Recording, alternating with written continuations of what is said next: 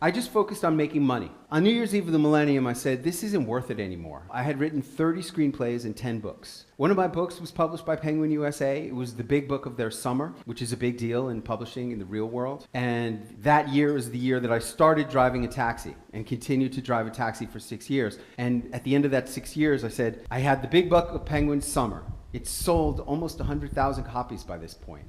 But you don't get a lot of money from selling books. I said, it's just not worth it to be a writer. And I quit writing. And I did not write again for almost 8 years. I just focused on making money. I just wanted to be, like they say, fat and happy. I got very fat, but not so happy. On paper, I was happy. I had the big house. I had my dream car, BMW X5. I wasn't in the rat race. I was building houses and selling butter and making money, but I wasn't happy, and I didn't quite know it until one night I was at a men's self-help campfire in October of 2008. And I went for help to the men's self-help campfire. What does that look like? That looks like 18 naked guys dancing around a campfire, and I'm one of them. And I'm standing there and I'm looking at the stars, and I see these beautiful stars in the sky, and then I see this guy jump over the campfire. And I noticed he was very hairy. And then I saw the shaman on the other side of the yellow and orange crackling flames. You don't know it yet, but you're already dead. What are you talking about, man? I'm the most successful guy on this team. 8 years ago, I was a freaking taxi driver. Now I'm a millionaire. I was living on a little boat. Now I live in a mansion. You're already dead and you just don't know it. I didn't know what the hell this guy was talking about. I had no freaking clue. But I couldn't get that out of my mind. And then it came to be New Year's Day of 2009. And I pulled out my pad of paper and a pen. And I asked myself a question inspired by the shaman. I don't really know what it means to be already dead. I feel like I'm alive.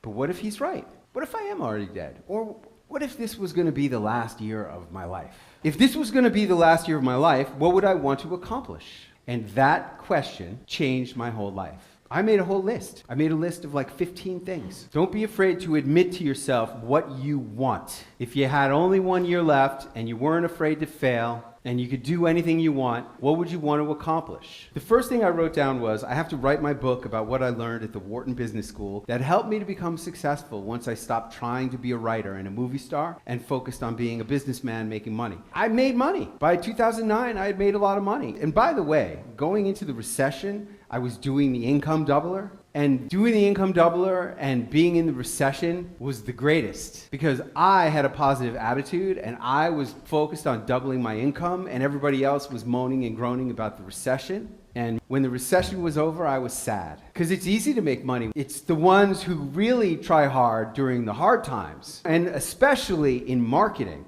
If you do lots of marketing during the recession, you will really be on top because everybody else is cutting their marketing and other promotional activities in the recession to try to save money instead of taking market share and mind share. Who here is a writer? Raise your hand. Let's see the hands. Who here is a speaker? Raise your hand. More speakers than writers. Who here is a coach or a consultant? Raise your hands. See?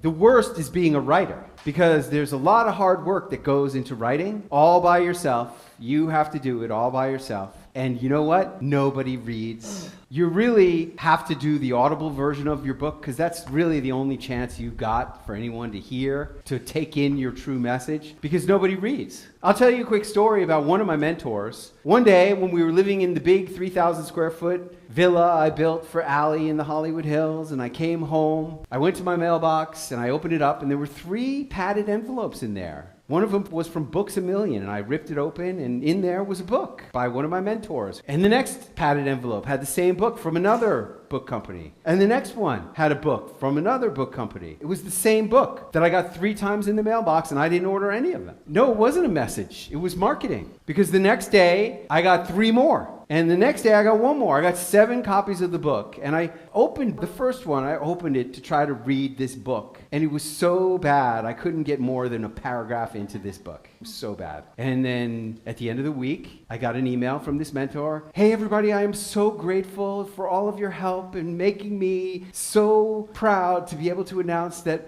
my new book is the #1 book on the New York Times bestseller list. Thank you. I couldn't have done it without your help. I was a $10,000 client of this guy. All of his high-level clients got these books sent to him, purchased by him, sent by him in the mail. That's a clue about the New York Times bestseller list. And why would a person do that? Because a book is marketing.